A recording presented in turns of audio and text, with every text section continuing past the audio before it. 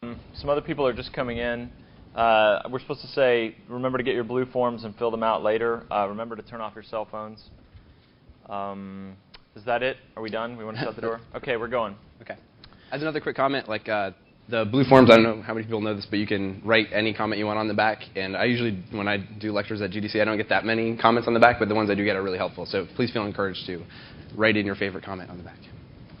All right, so this talk today is practical techniques for implementing emergent gameplay. The subtitles, would the real emergent gameplay please stand up, tongue-in-cheek. I'm Harvey Smith. This is Randy Smith, no relation. And later we'll have web links and our email addresses repeated again in case you want to correspond with us after the talk, about any of this stuff. We both work for Ion Storm. I worked on the last two games I worked on were the 2 Deus Ex games. Randy's worked on the 3 Thief games. Ion Storm specifically focuses on improvisational gameplay. We want to create a player-authored experience as much as possible. Sometimes we're more successful, sometimes we're less, but that's our focus. And games like this, if that's your aesthetic goal, benefit from a large possibility space, a large state space, and specifically looking into ways to make emergent gameplay a part of your player experience sort of widens out that explorable space for the player.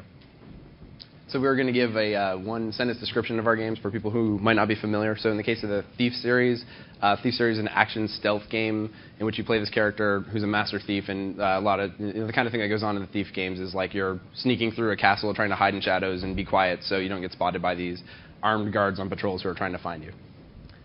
Yeah, Deus Ex is a science fiction game where you play this superpowered agent moving through the world.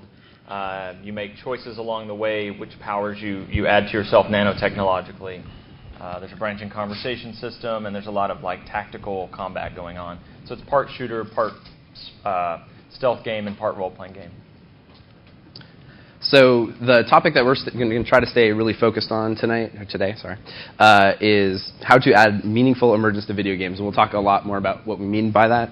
But one of the things we have to do to stay focused is to avoid talking about some other topics, which could all probably benefit from an entire GDC lecture on them. So these have been covered elsewhere to various degrees. This includes the history of emergence, like its academic foundations and so on, how it applies to games, emergence in narrative, how emergence can be used to tell stories, emergence and uncertainty, or the cost risks of emergence, what it's going to cost you to get emergence in your game, also the benefits, why you might want to do it. These are all great, huge topics that we're only going to be able to just touch on. All right, this topic is sometimes hard to talk about, but what we wanted to do was kind of demystify parts of it and just have a very practical dialogue, really, with people who are trying to solve problems. Like we've just gone through, Randy's at the end of his project, we just went through Invisible War. We've just gone through 2 big projects where we were looking at this as a practical goal.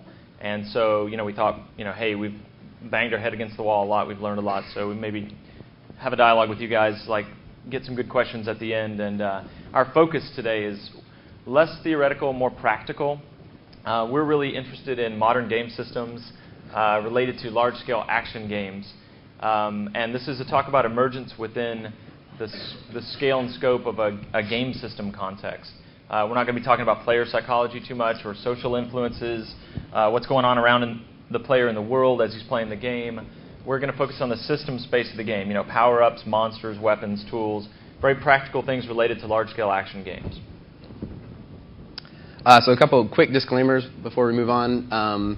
One is that we're big advocates for emergent gameplay. We really like it. We really try to put it in our games, but we're not here telling you that this is the only way to make a good game. You can make lots of good games without having to focus on emergence, and that's great. So we're just staying focused on our topic of how to add emergence to your game, because hopefully that's something you're interested in. But again, you can make good games without emergence. And secondarily, despite the somewhat provocative the subtitle of our presentation, with the real emergent gameplay, please stand up, we're not going to have extensive holy wars about what it is to be or not be emergent gameplay. In one of the earlier drafts of our presentation, we thought it might be interesting to have some dialogue with the audience about what is the litmus test for emergent gameplay, what passes, what doesn't pass. But as we started focusing down on what the real core topic of our presentation was, we realized that that definition is a little bit subjective, and it's okay that people might draw that line in different places. And B, it's probably not as interesting or as useful as practically how do you implement emergence in your game. So That's just a clarifier about our topic again. So the takeaway we're hoping that everybody gets today is, you get some knowledge of a practical approach for creating meaningful emergence in your own game designs. So, the problem we're going to try to help you solve is you're a game designer, you're the kind of person who designs game systems, and you want to focus on emergent gameplay. You want to try to get emergent gameplay into your game. How do you accomplish this? So this is getting a little redundant, but that's our focus. That's what we want you to get from our lecture today. So here's a quick overview of what you're going to see. The preamble is what we're in right now. Then we're going to go into a part about an intro to emergence, talking about vocabulary definitions and so on. We're going to talk about creating emergence, like just quantitatively, just how do you get it in your game, like how do you get it there in the first place, and then qualifying emergence, qualitatively, is it the right emergence? This is what you wanted for your game. Does it meet your goals? Then we're going to wrap up with some closing remarks, and then we're going to have a Q&A session. One quick thing about the Q&A session to get you started thinking if you're interested in this. We invite all kinds of questions. Anything you want to ask is fine, but one particular type of question we also invite is if you're working on a game, a particular game, or you have a theoretical game in your mind, and you want to bounce some ideas off us about like how we would get emergence into your game, or some of the thoughts you have about putting emergence in your game, then that's the kind of question we would invite. So we'll get back to that during Q&A. All right, so in this intro section, we're going to go through some definitions that we're going to be using through the talk, and talk about our vocabulary a little bit, and then we're going to give you a bunch of examples where we think games have specifically succeeded with some meaningful emergent gameplay. So emergence comes from the quote-unquote real world. It comes from systems and complexity theory, sort of originally. It's used a lot in science, economics, and so on. There's a lot of different ways to define it and think about it, and this is just one typical real-world definition: a discernible higher-level behavior of a system, which is not immediately obvious by looking at the low-level rules that govern the system's behavior. It's kind of a mouthful, and again, this isn't our topic. We're talking about emergence in video games specifically, but let's look at a quick example of real-world emergence.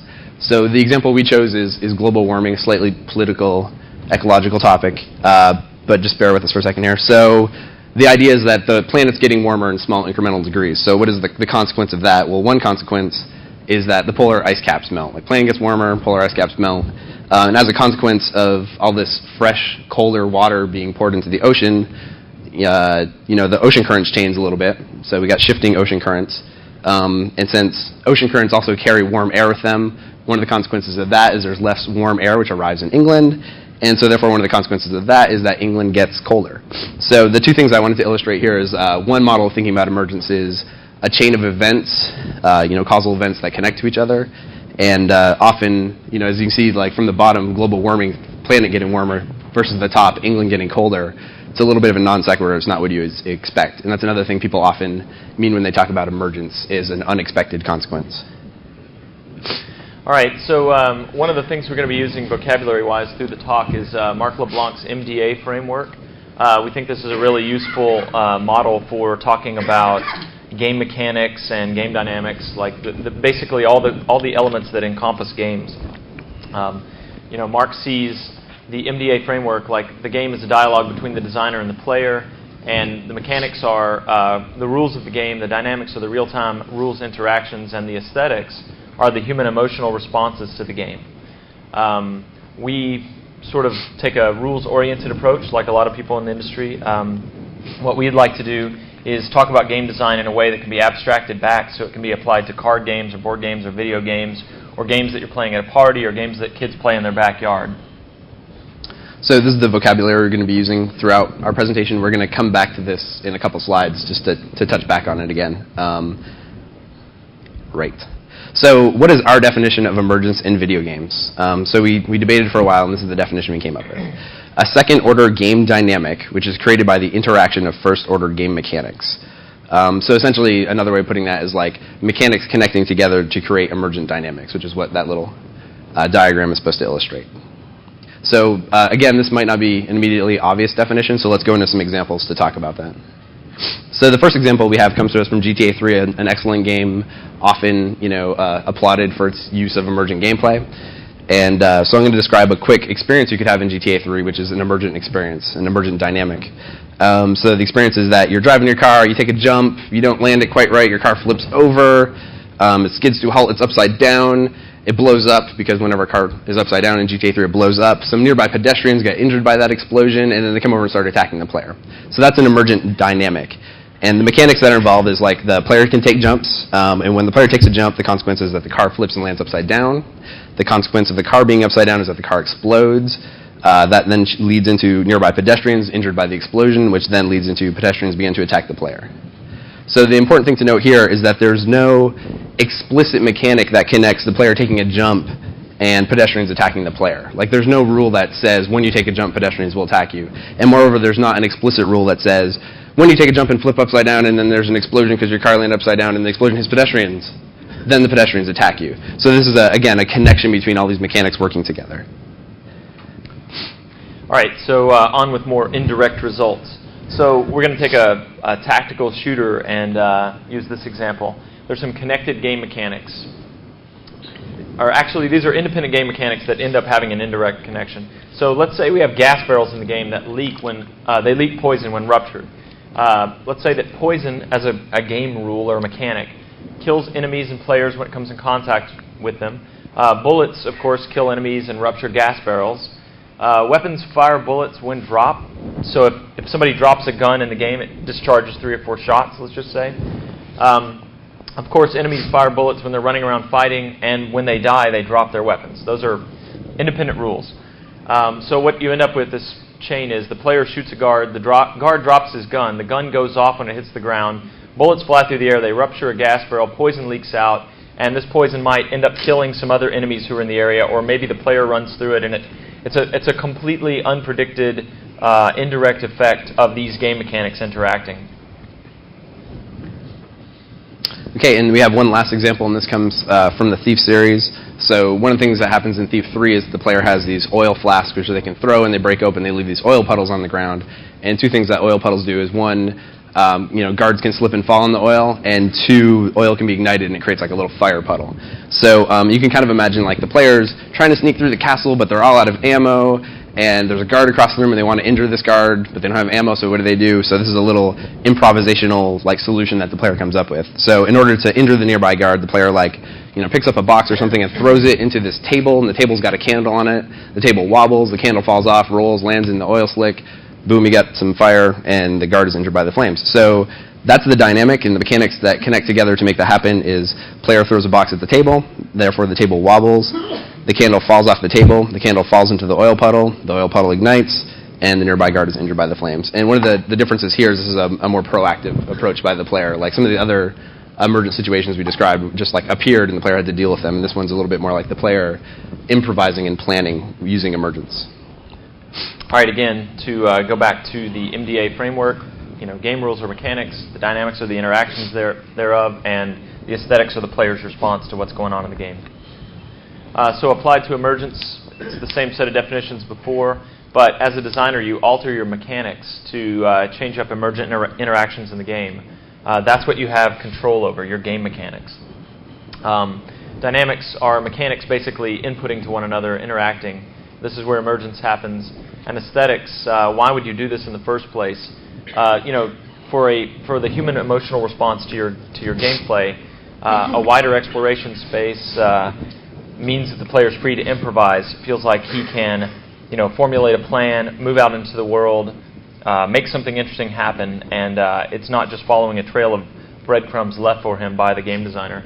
Also, in system models where the player can act very improvisationally, you end up with this emergent narrative sort of thing where players have this experience that they sort of think of as their own. You'll often hear people talking about, say, a multiplayer Counter-Strike game or something where, I was here and then I ran over to the bridge and he jumped off. It becomes a little story in their mind because it's not just a linear tale, basically. It's a bunch of stuff that happened. It was unique to their experience at that time. Okay, so section 2 is going to be the quantitative part. We're going to basically talk about mechanics, connecting them, the relevant technology, and some important things about populating the world with your game mechanics. So to come back to mechanics for a quick second, to make them a little bit less abstract and more concrete, like where are these mechanics in your game? Where do they live? So this is a little bit obvious as well, but they live in stuff like power-ups, and for example, the mechanic about when the gun hits the ground, it discharges automatically. That's a mechanic that lives in the power-up. Environmental objects having to do with like the gas barrels that release poison gas when ruptured.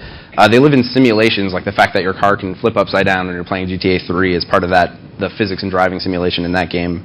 And then they live in what I'm calling autonomous agents. Like if pedestrians take damage, they attack whoever's responsible. Autonomous agents kind of deserve their own slide. They probably deserve their own lecture from GDC about the relationship between autonomous agents and emergence. We don't have time for that, so I'm just going to touch on it really lightly because it is important. To demystify it a little bit, autonomous agents are really just kind of AIs. Like they can act independently. They they're self-mobile. They can wander around the world by themselves, make their own decisions, possibly react dynamically to situations that they perceive. So some examples of autonomous agents are like the guard AIs in both Deus Ex and Thief, the cars and pedestrians in GTA 3, and then the Bat and Adventure. So Adventure is this Atari 2600 game, which is basically the players running around the world trying to collect different objects, and every so often this bat kind of swoops in from off-screen and picks up the object they were hoping to get and wanders off with it. So the cool thing about autonomous agents is a lot of the game mechanics we've talked about are like little mouse traps laying around the world. Like they're kind of waiting for the player to come and interact with them so they can spring and fire off their payload. And the cool thing about autonomous agents is they can run around the world doing that instead of just the player. So they realize the world's emergent potential without requiring direct player intervention. And as a result, they make the world feel more alive, and they can create dynamic situations. So to jump to the punchline of our entire lecture, how you add emergence in video games is by adding connected game mechanics or adding connection between existing game mechanics. So emergence fails to happen when mechanics aren't connected enough.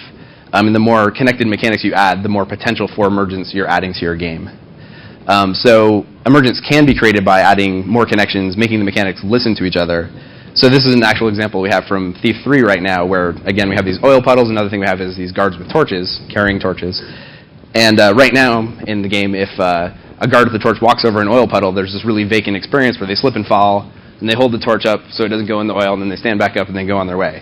And this really doesn't meet the player's expectations at all. So if we add a few more mechanics in that connect some more things together, what you could have is when the guard slips and falls, he lets go of the torch, and then the torch has a chance of landing in the oil puddle, which then would ignite. And so it's a less vacant, more emergent situation that I've created, theoretically by noticing the potential for emergence and adding the right mechanics in the right place. So that's kind of the gist of how it's done, and we're going to talk a lot more about how to add mechanics that connect to each other. All right, so to go back to our example, we have these game mechanics. Like I said, the gas barrel leaks poison when it's ruptured. We have this set of game mechanics again. Sorry. So we can visualize these as individual mechanics that have some sort of capacity to listen to one another. This is basically these things drop down on a chart with sloppy lines drawn between them. You can see that there's a wide state space in this little model. If these are our game mechanics, enemies drop weapons when killed, bullets rupture gas barrels, what happens is you can draw a connection between enemies firing bullets to bullets rupturing gas barrels to gas barrels leaking poison to poison killing enemies to enemies dropping weapons. I mean, it basically is sort of circular. It connects in a bunch of different ways. Some of them have more than one connection. If we take away one game mechanic, go back one. Let's take away weapons fire bullets when dropped. I mean, that's not a common feature of shooters. But we take this one thing away, the possibility space of this game system gets a little more simple. If we take two mechanics away, we took away gas barrels, and now you're left with this very simple picture of, hey, enemies fire bullets, bullets kill enemies, enemies drop weapons when killed. So a lot of this talk is it's not theoretical, it's very practical. It's thinking about adding enough mechanics to your game that are related to one another so that you get interesting interactions. That is to say, if you had the option here of adding two more mechanics to your game, and you could add two that had nothing to do with any of the mechanics in this space, or you could add two that had something to do with the mechanics in this space, by adding those two, the gas barrel and this other feature, you get a lot of interesting interactions and a wider possibility space for the player. Okay, so again, Your mechanics are independent game rules that interact in interesting ways and create interesting dynamics. It helps when you go back to your problems at work, it helps to have a rules-oriented approach. A lot of people don't see the connection between board games and card games and video games. Even if video games seem like you're looking through a camera or running around in a big simulation, there are a lot of rules at play, obviously. So it helps to have a rules-oriented approach. It's tempting just to spam the world with mechanics, to pile them on. But some mechanics are more connected than others. They have more indirect relationships. My example a minute ago of the chart where we took away two different mechanics is a good example. Instead of the gas barrel and the guns firing off shots when dropped, we could have added two completely unrelated mechanics that don't have indirect connections, and that would not have made the game as rich as those other two did. So the question is, you only have a certain amount of time and money. How do you get the best return on your investment here? And the short answer is you choose mechanics that have relationships with each other. They're indirect relationships, but they're nonetheless related. All right, so a really good practical example here. For Deus Ex Invisible War, we have these character powers that you install as you play through the game. And at a certain point, let's say we had two of them on the table, and we had to cut one of them. We just didn't have time, or there were not enough programmers, whatever. At one point, literally, we had a thing called the prismatic resonator. And what it allowed you to do is walk through beam triggers. So if there were red laser triggers across a door, you could just turn it on and walk through them without setting off an alarm. So it was kind of a stealth thing. And it made the player feel kind of powerful. Then we had this other thing called bot domination that allowed you to possess robots. So you take over the robots, you see through their eyes, you guide them around in the world. Those are two powers that are both interesting and that both were in the game at one point. And we needed to get rid of one of them. Comparing the number of connections, or the number of indirect connections, we look at prismatic resonator. It basically was only really related to the beam triggers. The bot domination, on the other hand, was related to all the robots in the game, and there were about 8 that occurred in different situations. All the cameras in the game, all the turrets in the game. These things called spider bombs, which were little grenades that if you throw them down, they spawn little spider bots, little robots that look like spiders. And so bots are used they were improvisationally useful for combat, door opening, setting traps, all kinds of things. And an example I'll use here, I think we made the right call on which one we had to cut, because we cut the one with fewer connections. And then what happened was almost magical to us. Players started using spider grenades to open locked doors, which completely caught us off guard. Here's the little chain of that. So you have these game mechanics. A spider grenade, if thrown down, spawns a little spider bot, like I said, and it's loyal to the player. It will follow him around. Spider bots obey all the bot rules. They're susceptible to the bot domination power that I talked about a minute ago. The player can possess them if he has that power.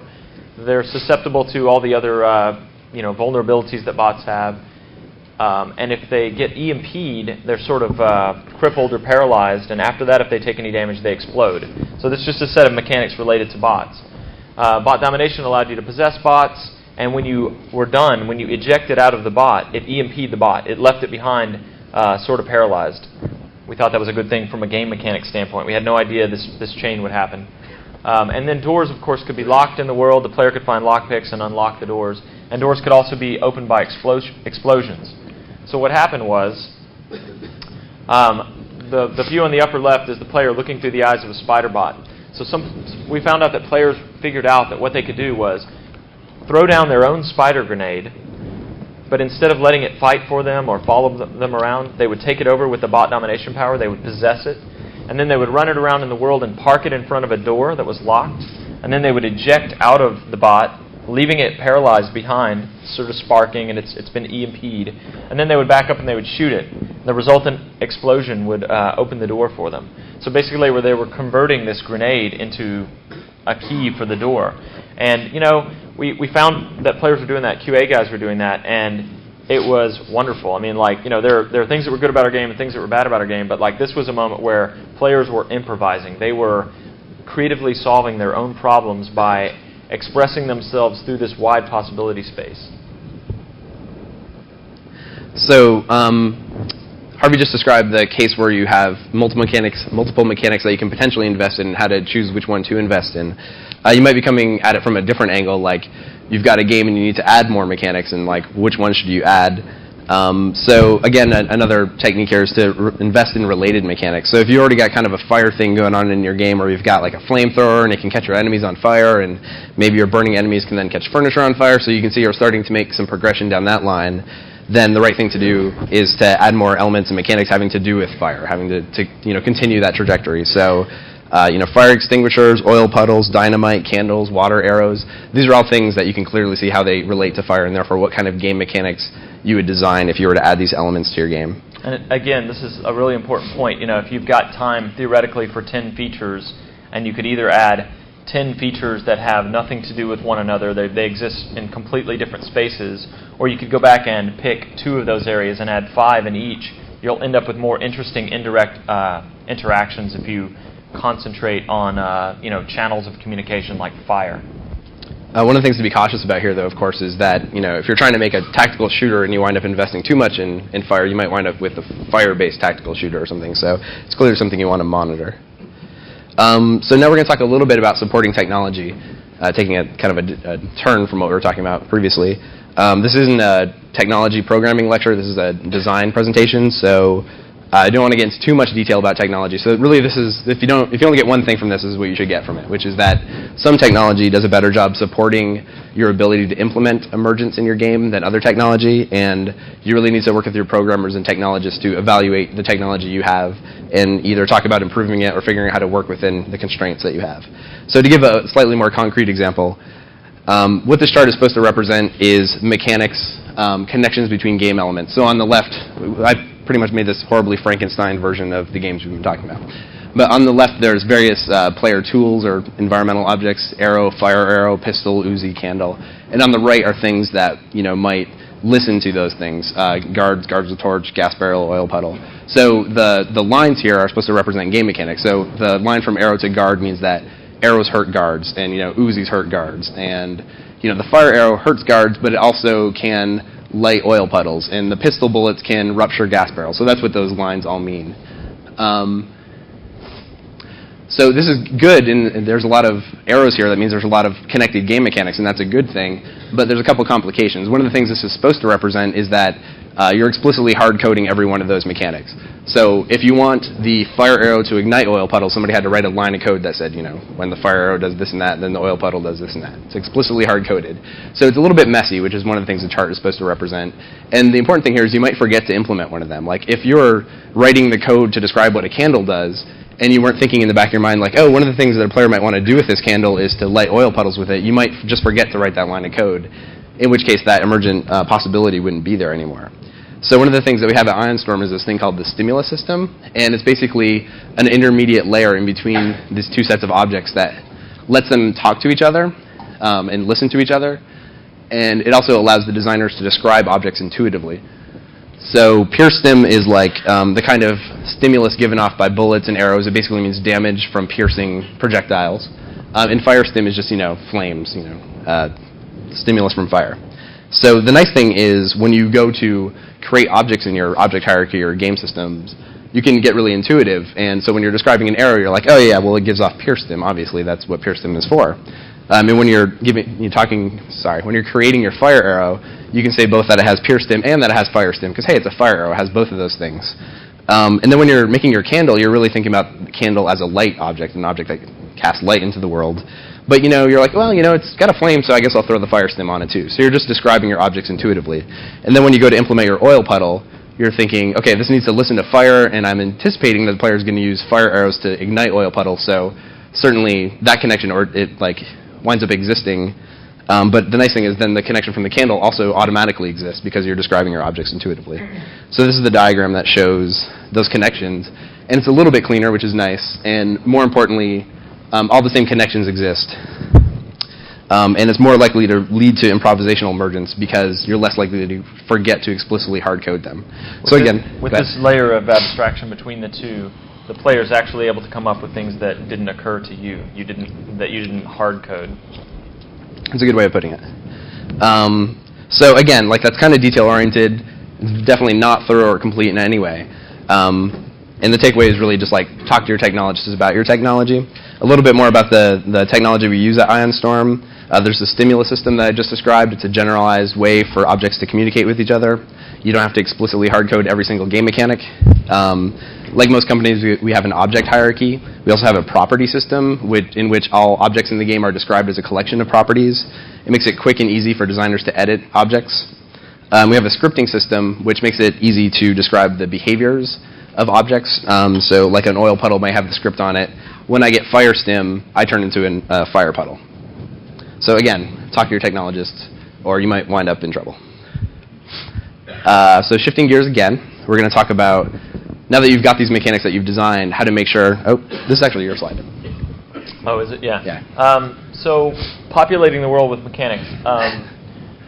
This might seem obvious, but the mechanics have to exist in proximity with one another, not just geographically, but conceptually. How rich is the world with mechanics? There were times in Deus Ex Invisible War where we had too many gas barrels scattered out in a level, or not enough. So either there were these interesting interactions, indirect interactions that could happen that we never saw, or when there were too many gas barrels, the player would get to a room and everybody would be dead in it because some weird thing had happened as the player started to come into the area. So there's a population problem that you as a game designer have to think about. And let's see, how often, does a guard patrol route take him past a barrel? There are some very practical things you have to think about with regard to the space in which those things exist. So a couple examples, again, from the Thief series. Starting with a negative example, that was the case in Thief 1. So a couple mechanics that we had in Thief 1 were, first of all, fire elementals, which were like these little sentient blobs of fire that would kind of like wander around the world and do their thing. And then, of course, we have guards and torches. So one of the mechanics having to do with fire elementals, if the player put out a torch so they could hide in darkness, a fire elemental, if it got close enough to that torch, would give off fire stim, which would then reignite the torch. So this is a great idea, a cool vision for an emergent potential in our game. But it never actually happened because of the fiction of the game, fire elementals and guards with torches just existed in very different spaces. Fire elementals were a little bit magical, so they didn't ever exist in the kind of more mundane castles with guards with swords in them. This is a good moment to squeeze in that, like, as a game designer, often your fantasy or your fiction is at odds with your mechanics. So by making a small tweak here or there, you can get the desired results if you're really focusing on this and thinking about it. For instance, if instead of big, powerful fire elementals, these were little wisps that could live in the same spaces as guards and would, periodically go down a hall where no guard was and light a torch that was put out, then these things would have interacted more often with a small fantasy tweak. Right. So instead, we shipped Thief 1, that was a game that was perfectly capable in terms of mechanics for this emergent behavior to happen, but never possibly could because they were never populated in the same space. A more positive example from the Thief series is to start with a dynamic. Maybe the player is trying to shoot a candle with a normal broadhead arrow for some reason, but they miss the candle and instead they hit the metal door behind the candle, which makes this loud sound because it's an arrow hitting metal, and that the sound propagates down the hall and a guard hears it and that's a suspicious sound, so he knows to come investigate. So this is an emergent dynamic that can easily happen, happens all the time in the Thief games. And the mechanics having to do with this dynamic come from physical surfaces because they make particular types of sounds when objects collide with physical surfaces. It comes from our sound propagation model, in which sounds have to travel down hallways and through doors realistically as opposed to just going straight through walls. And of course, on a slightly different note, lighting is a really big mechanic in Thief or a really good big place for mechanics in Thief, because as a thief who hides in shadows, a lot of whether or not you're going to get caught by a guard depends on how bright the spot you're standing in is. And the interesting thing here is, physical surfaces and lighting and sound propagation populate the world exhaustively. Everywhere you go in the Thief games, there's those things. Those elements are always present, and they always have potential to create emergence because they have connected mechanics that live in them. And kind of the message here is, if you go to set out to make emergence in your game, think a little bit about what already populates the world. Like if you are making a driving game, and it just so happens that for art reasons you've got little fire hydrants all over the place, is there a chance you can leverage those fire hydrants? Can you add mechanics to those objects, and then think of ways to connect them to other mechanics until you've got some emergent gameplay that comes from the fire hydrants? All right, in Section 3, we're going to give you some qualitative examples here. We're going to focus more on that. We're going to focus on your aesthetic goals as a designer. After all, you're not just creating mechanics for the sake of creating game rules. You have an intended end result. You want the player to feel some things. So we're going to talk about that. We're going to talk more about what we consider meaningful emergence, kind of a judgment call. And we're going to talk about ways to involve the player more specifically in what's going on in your game world. All right, so what are your aesthetic goals? This is, again, using Marc LeBlanc's MDA framework. What do you hope for emergence to contribute to your game? I mean, obviously, most games are emergent in some way or another. Most world interactions are. But specifically within the context of power-ups, weapons, tools, things like that, Deus Ex uses emergence largely to empower a bunch of different improvisational solutions. So the player has this tool set, and on the surface the game looks like a big RPG or a shooter, but what's really going on at a particular level is that this is kind of this sandbox emergent game. And sometimes those things don't go very well together, but ultimately the best impact on the game here from emergence is that the player can solve a bunch of problems in a bunch of different ways. Thief, on the other hand, creates these what we call sublimely tense moments of emergent challenge, where the player does some things. He's in a situation that's challenging to begin with. He's using his tools in an interesting way, and some other indirect interaction that he's been part of has brought a couple of guards to the area or created a situation that he otherwise wouldn't have to deal with. GTA 3 simulates a dynamic, responsive living world, the pedestrian patterns and the traffic patterns, the sort of emergent mayhem that results from that is how emergence serves that game. And then all three, of course, you feel more like you've authored your own experience, as Doug Church used to say. Emergent narrative, as we call it. All right, so to put some terminology behind our judgmental term, meaningful, what does it mean to be meaningful emergence? First of all, it's in accordance with your aesthetic goals. Hopefully you have articulated those up front. Hopefully you're not just working on a racing game or a shooter or a strategy game. Hopefully you're thinking about when we put these mechanics into play and the dynamics happen, what is the desired player response to this? So by meaningful, we mean in accordance with your goals. The player can actually perceive it. You remember my example a minute ago, like how sometimes the player would come into an area and the guards would all be dead or something. So if the player doesn't actually see what's going on, it's not too meaningful for him. And we're talking about a positive impact on the gameplay experience, something that makes you feel more powerful or like you have improvisational control over the world, not just some wacky outcome in a Rube Goldberg-esque kind of way. A good example here is in Deus Ex 1, the classic example we pointed to that players had figured out is they took these explosives that you could attach to the wall called prox mines, and by attaching one to the wall and hopping up on it, and then attaching another and hopping up on it, it made a little ledge when you attached it to the wall. They could turn around and grab the first one and then just keep connecting them to the wall and climb any wall with them. So that was interesting, and it was improvisational, but it was at odds with the core fantasy of the game. I mean, nobody thinks of an explosive as a climbing tool, hopefully. It just wasn't relevant to the gameplay experience as much. It was more like a wacky outcome. On the other hand, the spider bomb being used to unlock locked doors in Invisible War is a much more relevant interaction or emergent dynamic, and it doesn't break the core fantasy either.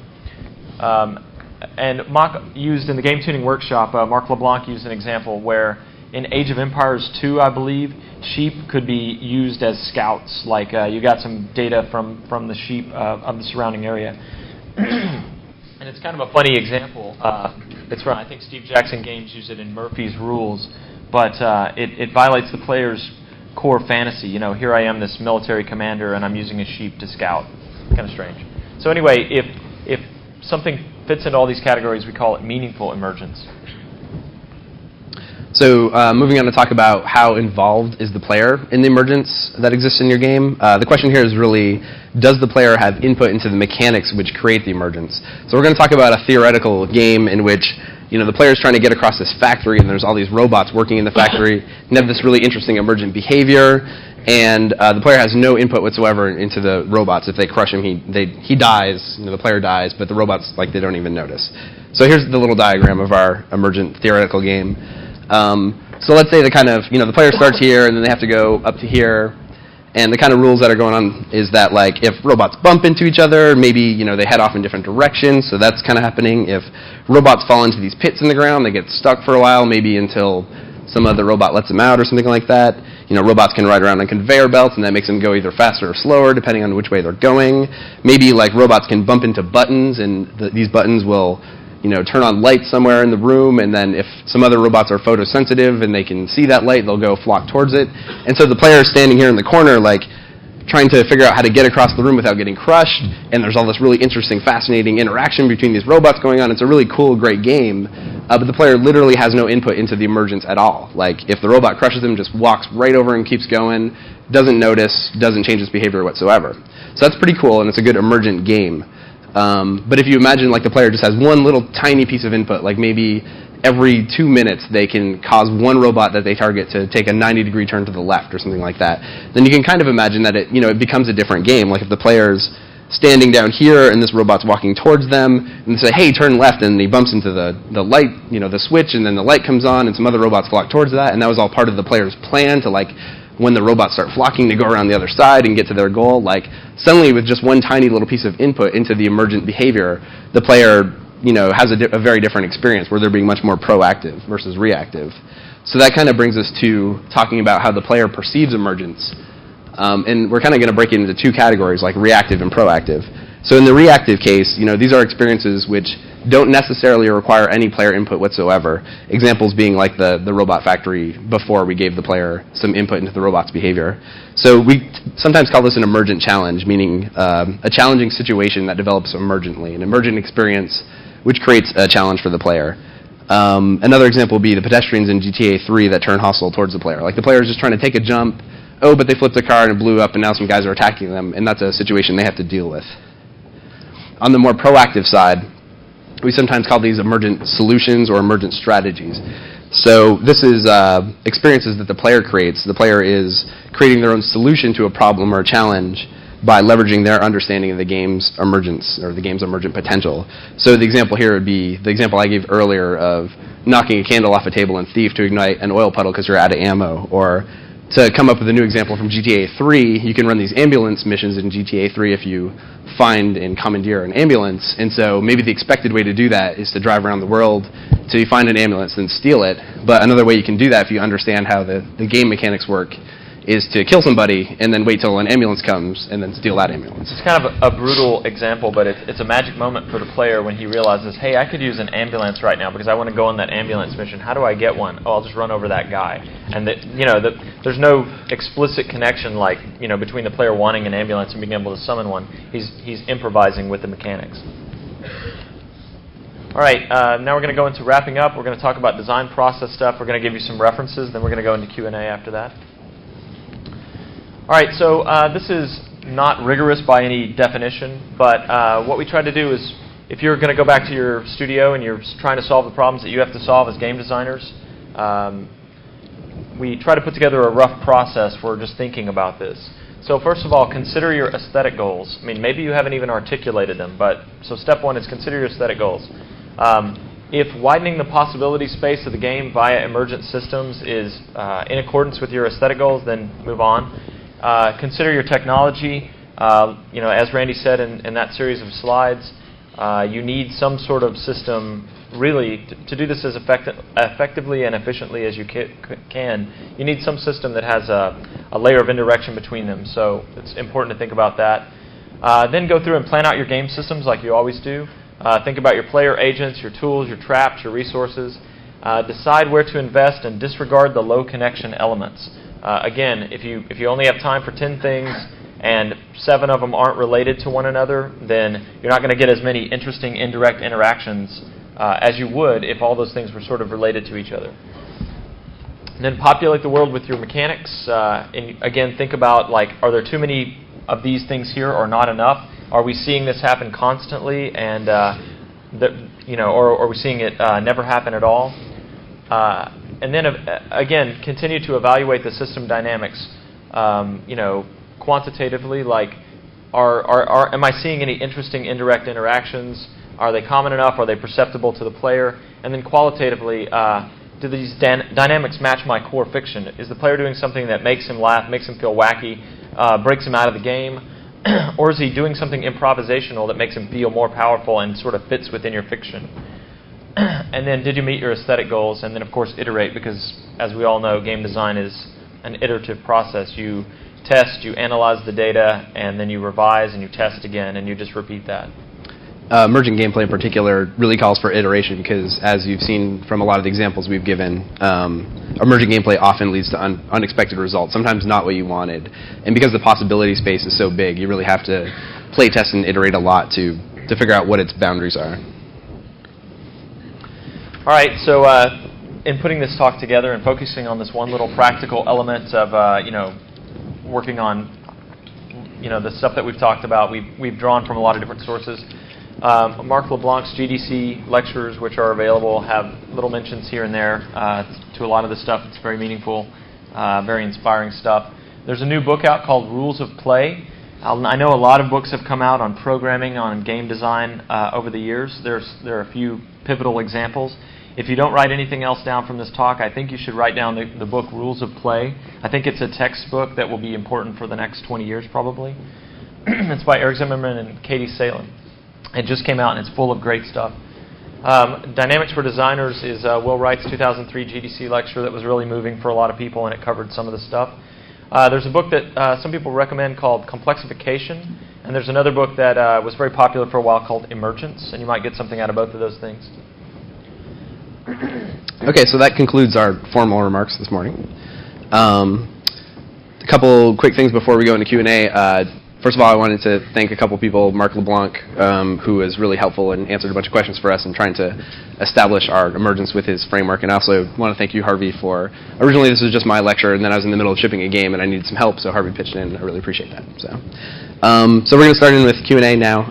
Again, as I mentioned earlier, if you want to, one type of question we invite is ones about like, hey, I'm working on this game. Here are my thoughts for getting Emergence in. What are your thoughts, et cetera, et cetera. You did not obey the cell phone rule.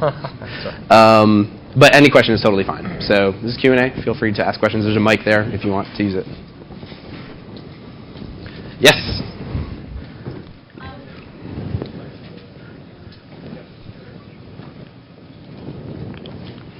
Who's on the mic?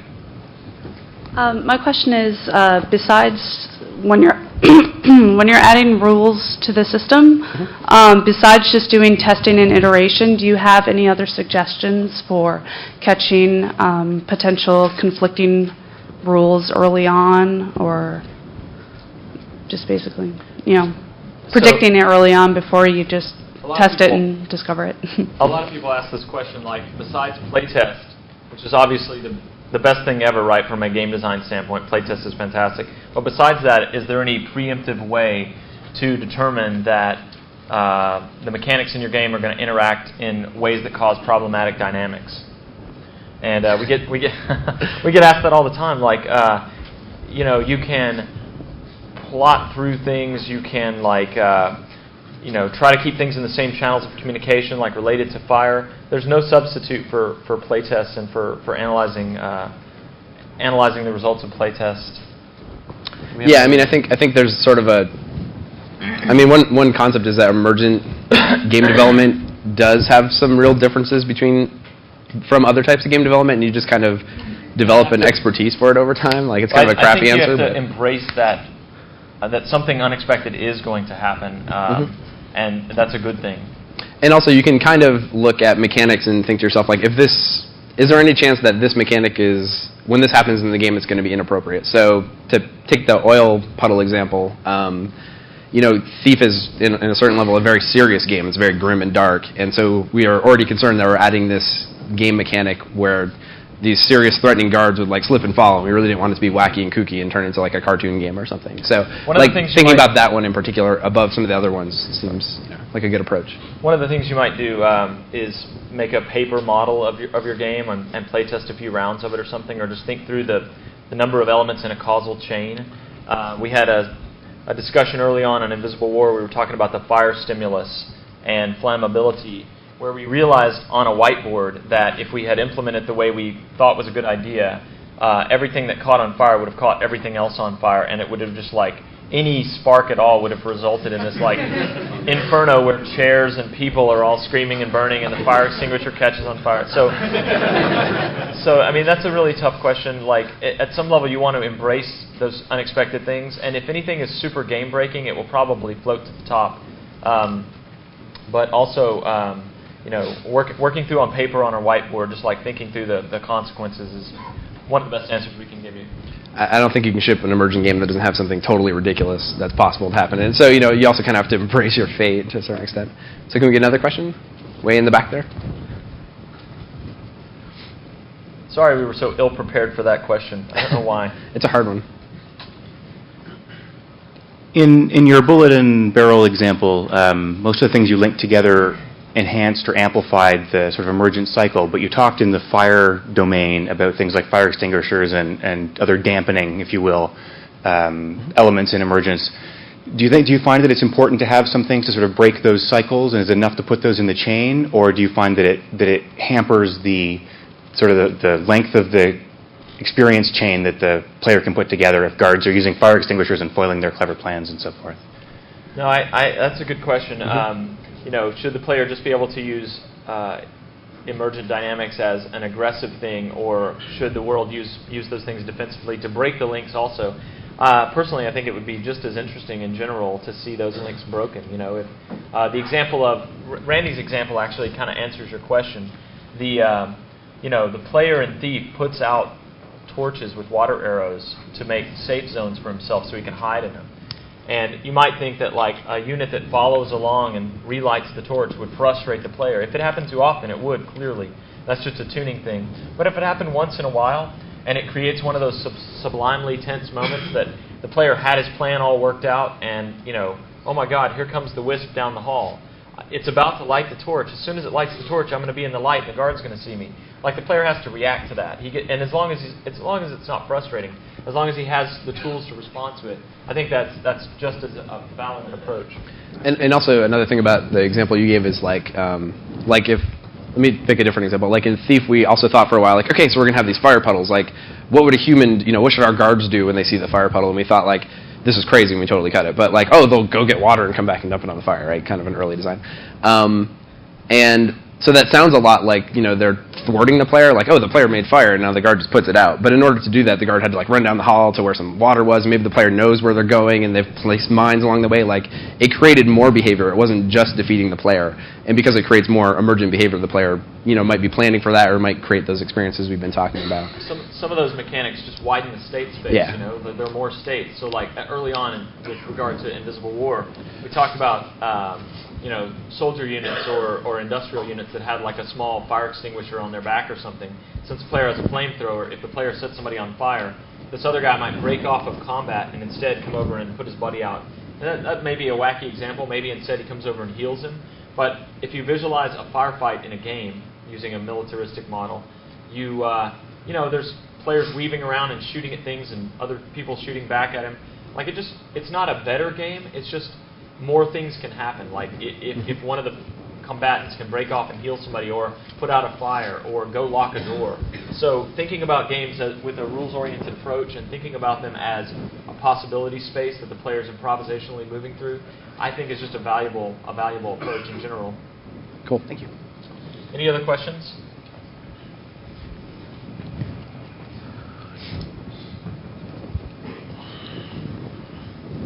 This is probably too big of a question, but you've talked a lot about different discrete kind of components that have their own rules and interconnections and sort of build these emergent things. Do you have any sort of suggestions or recommendations about the space and level design, like as far as linearity or branchingness, and how that might impact just the amount of possibilities that can be generated from these different components? I think they're kind of orthogonal. Like, you can have an extremely linear game, like just a one-corridor game, and if you have the right mechanics in it and the right population of those mechanics, there can still be plenty of potential for emergence. And I bet if we thought for 5 minutes, we could think of an example of a linear game with lots of emergence. However, if you allow the player to have a lot more, physical space, or like more branching to choose where they want to go in the first place, or what elements they want to interact with, then the player has much more expression to choose what type of emergence they want to create, or what kind of improvisational solutions they want to explore. I mean, if you visualize one of the thief maps, as a donut corridor, this is one of the things that Looking Glass guys used to do really well with games like System Shock. Instead of a long hall, it's such a fundamental concept. There is a donut corridor. So when the player gets to the T, he has to go left or right.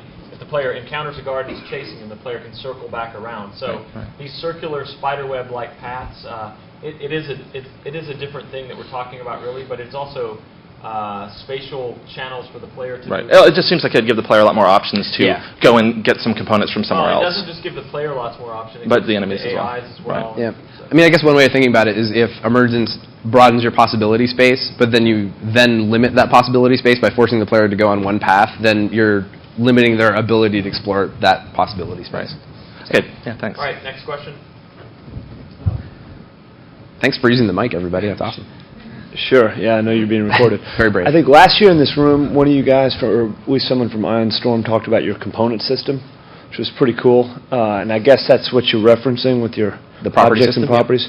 So that proved pretty powerful for implementing these a lot of emergent behaviors. A lot of our technology efforts are, troublesome. Some of them are really powerful. Some of them are really cool. I think one of the better success stories over our last round of struggling with our tech, the way all of you struggle with your tech, is that our object property system turned out to be very powerful. It took more time to get it cleaned up and put together than we thought, but in the end, the designers were very freed up in parallel to just go take things, create new items, add properties to them, and the connections between them were already sort of established indirectly. So over the course of an evening, a designer could create some new object like, I'll create a candle, add the fire stem to it, add, vulnerability to electromagnetic pulse. Oh, no, wait, that's the wrong thing. That goes on robots. Just play around with those elements, and then they interacted according to the system and not according to some sort of piece of hard code. And I think, actually, Alex Duran, one of our programmers, did a speech last year on object property systems and why it's so important and why, like a lot of games just have a scripting system that come along with it, and so people get in there and they start writing scripts, and maybe one designer's writing a script that the same designer across the room is writing a script, and maybe they're at odds with one another. And so this object property hierarchy, if done right, is very powerful. Anything else? Any other questions? We got time for probably 2 or 3 more. I just wonder what you guys think about, about player input that can go into a system that is sort of very weakly controlled by the player. For example, in my game, I'm currently wrestling with we have been for a long time, with the idea of NPCs or enemies being able to detect the player's shadow. And this is something that I'm sure you've also wrestled with, and for me, I have a problem with it because it's something that can be used as a stimulant. It's something that the player can use intentionally and in an engaging way, and can create emergent systems, but at the same time it's something that he doesn't have control over all the time, and it's something that can surprise him, and that my shadow's over there, like, I just blew it. So I wonder what you think about that. So we actually wrestled with this a lot in Thief, and the way we eventually posed this problem was that as a player it's really hard to manage your shadow, quote-unquote manage your shadow, because you have the potential for lots and lots of shadows. Like everywhere you go that there's a different light source, you have a different shadow you have to manage. And if you're not thinking about it, like you're crouched in the door looking over here and there's a torch and it's casting your shadow back here, some guard down the hall that you can't even see who's like 40 feet from you, through solid rock, can see your shadow, and then if he responds to it, then he gets, alarmed. And so it does become this big problem of the player like kind of streaming emergent situations throughout the world behind them, in a sense, or like in front of them, depending on where the shadow goes. There's this game that probably no one knows called Pyro, which is like this tiny little ASCII game, but it is kind of based on that phenomenon. The idea was like you're this guy with a gas can that's held upside down, and you're running around the world leaving this trail of gas, and like 10 seconds after you enter the building, the gas trail gets ignited, and your job is to try to burn as much of the building as you can to get upstairs before you get killed. So it's kind of like a variation on Tron light cycles, right? It's a socially responsible game. Very socially responsible. And it kind of uses that idea, right? Like that entire game was based around this idea of you're causing emergent mayhem wherever you go, and you have to survive, which is great for that game. That's all it was about. That's not what Thief is about. We're trying to make a much more planning, deliberate, experience for the player. So that was, the thing we wrestled with. With regard to your example, players will ask for that a lot, and maybe it's the right call. Maybe you can do something clever with it. That's cool. But given that players struggle so much to begin with camera control, like that seems like a dangerous thing to me. And also, already when you create a game that has a lot of indirect interactions, you also struggle to give the player enough feedback to know what's going on. Why did this happen? I don't know. So if the guard is alerted by the shadow, but the player's not thinking in those terms, maybe that's just confusing. In Deus Ex 1, we had an example where we were standing at the top of a tall wall firing a gun, and we were absolutely sure that the guard, over here shouldn't hear it. The gun had a silencer on it, and the player had a power-up that made him absolutely sound dampened, right, quiet. And yet this guard was coming over to the spot. He couldn't find the player, but he would come over directly under this wall and look around. And what we found out was the gun was ejecting shell casings that were falling to the ground, and when they were hitting the ground, they were making this little tink, tink, tink sound, and that sound event was summoning the guard, basically. So, your player's already going to struggle with a lot of indirect kind of suspicious data that you're going to have to feed back to him. Right. So we have time for one more question. Then afterwards, people are totally welcome to come up and talk to us. And also, our slides aren't online yet, but if you send us your email address, then we'll send you the URL when we have it.